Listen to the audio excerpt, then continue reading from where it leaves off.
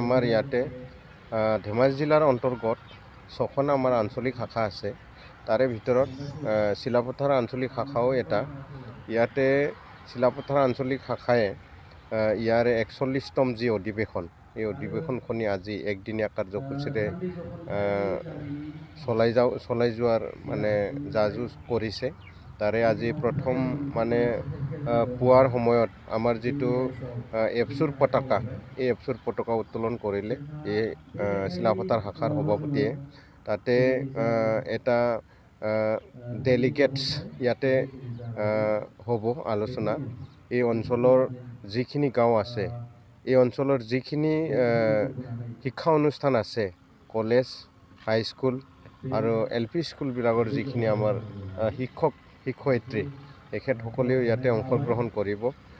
কমচে কম আমি ইয়াতে 400জন ডেলিগেটছ আৰু ইয়াৰ মাজতে আমাৰ ছাত্ৰ ছাত্ৰী অংশগ্ৰহণ কৰিব। মেট্ৰিক ফাইনেল দিবলগীয়া আৰু হায়াৰ ছেকেণ্ডেৰী ফাইনেল দিবলগীয়া, এইখিনিক লৈ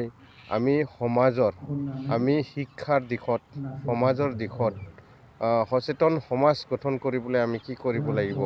নিখিল বড়ো ছাত্ৰ সন্থাই যিহেতু অসমৰ বিভিন্ন জেগাত, যি জেগাবিলাকত আমাৰ বড়ো সম্প্ৰদায় বা আমাৰ বড়োসকলে ইয়াতে আছে অসমৰ ভিতৰত, তেখেতসকলৰ মাজত যি নিখিল বড়ো ছাত্ৰ সন্থাই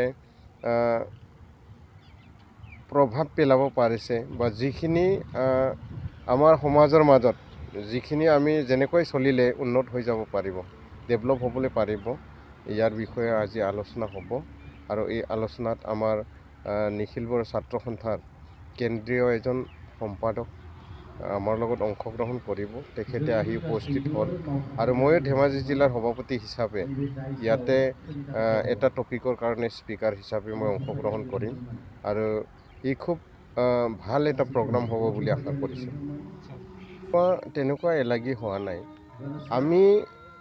আমি নিজৰ ভাষাটো যেনেকুৱা ভাল পাওঁ, আনৰ ভাষাটোও আমি ভাল পাওঁ। কিয়নো আগতে আমি যেতিয়া আমাৰ বড়ো মিডিয়াম অফ ইনষ্ট্ৰাকশ্যন হোৱা নাই, আমাৰ ইয়াতে ধেমাজি জিলাৰ অন্তৰ্গত 6খন আমাৰ আঞ্চলিক শাখা আছে। তাৰে ভিতৰত চিলাপথাৰ আঞ্চলিক শাখাও এটা। ইয়াতে চিলাপথাৰ আঞ্চলিক শাখাই ইয়াৰ 41তম যি অধিৱেশন, এই অধিৱেশনখনি আজি একদিনীয়া কাৰ্যসূচীৰে চলাই যোৱাৰ মানে যা-যোজ কৰিছে। তাৰে আজি প্ৰথম মানে পুৱাৰ সময়ত আমাৰ যিটো এপচুৰ পতাকা, এই এপচুৰ পতাকা উত্তোলন কৰিলে এই চিলাপথাৰ শাখাৰ সভাপতিয়ে। তাতে এটা ডেলিগেটছ ইয়াতে হ'ব আলোচনা। এই অঞ্চলৰ যিখিনি গাঁও আছে, এই অঞ্চলৰ যিখিনি শিক্ষা অনুষ্ঠান আছে, কলেজ, হাইস্কুল আৰু LP স্কুলবিলাকৰ যিখিনি আমাৰ শিক্ষয়িত্ৰী, তেখেতসকলেও ইয়াতে অংশগ্ৰহণ কৰিব।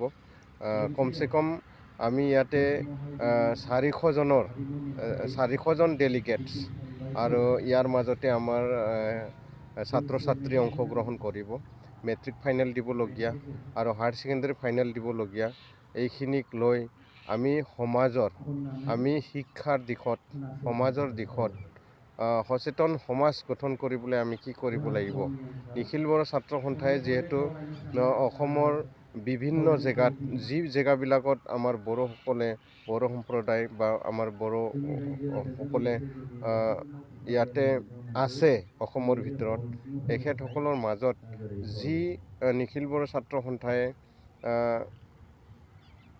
প্ৰভাৱ পেলাব পাৰিছে বা যিখিনি আমাৰ সমাজৰ মাজত যিখিনি আমি যেনেকৈ চলিলে উন্নত হৈ যাব পাৰিব, ডেভেলপ হ'বলৈ পাৰিব, ইয়াৰ বিষয়ে আজি